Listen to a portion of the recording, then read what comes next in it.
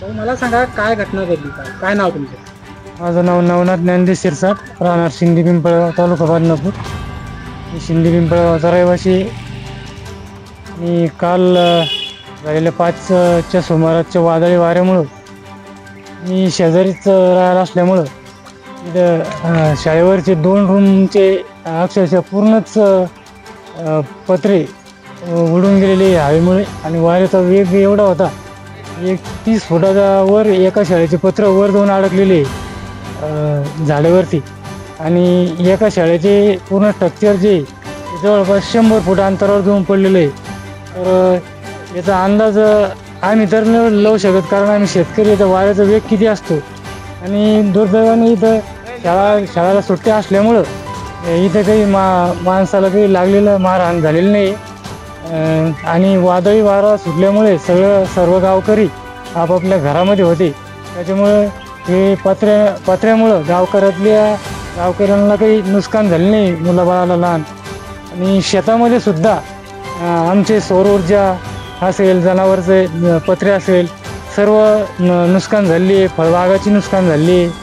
झाडे अक्षरशः काही झाडे मुळ्यासकट उमटून पडले, काही झाडांच्या अर्धाले मोडून बरेच लांबवर जाऊन पडलेले. म्हणजे भयानक असं वारं होतं. माझं वय जवळपास 42-43 आहे. माझ्या एवढ्या वयामध्ये मी इतकं वेगाने वारा आणि इतकं नुकसान पाहिलेलं नाही. याच्यामुळे आम्ही सरकारला मागणी, आमच्या शाळेची आणि शेतातल्या सौर ऊर्जेची असेल, पुन्हा फळबागाची असेल, याचा पंचनामा करण्यात यावं अशी आमची गावकऱ्याच्या तर्फे एक शासनाला विनंती आहे. नाव शिवाजी नारायण शिरसाट, राहणार शिंदे पिंपळगाव, तालुका बदनापूर, जिल्हा जालना. कालचा जो सांगायचा असा म्हणजे सांगायला सुद्धा भीती वाटते. कालचा जो वादळी वारा जो होता तो अक्षरशः म्हणजे आसपासच्या राहणाऱ्यांच्या तर सोडा, पण जनावरांच्या आणि गावातील लोकांच्या अगदी जीवावर बेतला होता. कारण की जे शाळेवरचे जे स्ट्रक्चर उडाले ते शाळेपासून 200 फूट अंतरावर माझं घर आहे. तर त्या घराच्या समोर एक लाईटच्या पोल लावून ताडल्यामुळं माझं घर वाचलं. आणि ते स्ट्रक्चर पूर्ण म्हणजे पत्र जे लोखंडी खांब लावले त्याच्यासोबत ते आमच्या घरासमोर येऊन पडलं. आणि शेतीचं तर आतोनात नुकसान झालेलं आहे. कोणाचे सोलर उडालेत, कोणाचे शेडनेट होते ते उडालेत. आणि जे शेडनेट उडाले ते परत शासन आम्हाला त्याचं काही देणार सुद्धा नाही.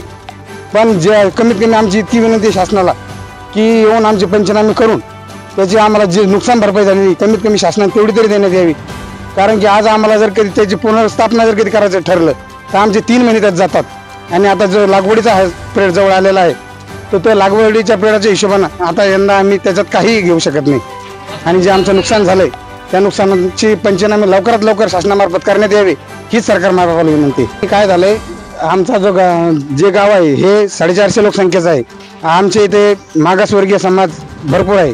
त्यांच्यामुळे जे समजा ओपनमधले जे कॅटेगरीचे लोक आहे त्यांची तर मुलं बाहेर शिकतात, पण जे गोरगरिबांची मुलं या शाळेत जे शिकतात त्या मुलांचं इतकं नुकसान होणार.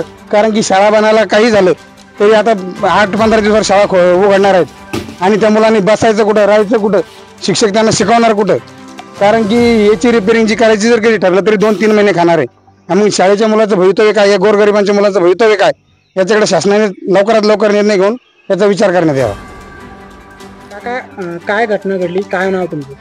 मी देवीदास रामभाऊ चव्हाण, राहणार शिंदे पिंपळगाव, तालुका बदनापूर, जिल्हा जालना ह्या गावचा रहिवासी आहे. काल 5च्या सुमारास एवढं चक्रीवादळ आलं की आजपर्यंत आमच्या आयुष्यात आम्ही कधी एवढं चक्रीवादळ बघितलं नाही. कारण की ह्या चक्रीवादळानं जिकडं तिकडं इतकं थैमान घातलं. अक्षरशः आमच्या शाळेवरचे 2 रूमचे पत्र इतक्या उंच उडाले की 30-35 फुटावर ते जाऊन झाडावर अडकले. कारण की शाळेला सुट्टी असल्यामुळं इथं काही जीवित हानी झाली नाही, तर इथं फार अनर्थ झाला असता. आणि आमच्या माझ्या स्वतःच्या खोलीवरचे 9-10 पत्र ट्रॅक्चर सगळं 200-300 फूट लांब जाऊन पडले. पूर्ण जेवढं धान्य होतं खोलीत साठवलेलं तेवढं धान्य पूर्ण ओलं झालं. आता 12 महिने खायची पंचायत आहे. तरी सरकार मायबापाला एवढीच विनंती आहे की आमच्या गावाचा सर्वे करून कमीत कमी आम्हाला होतं होईन तेवढी मदत करण्याचा प्रयत्न करावा. आता वादळी वारा किती चक्रीवादळासारखं होतं सर.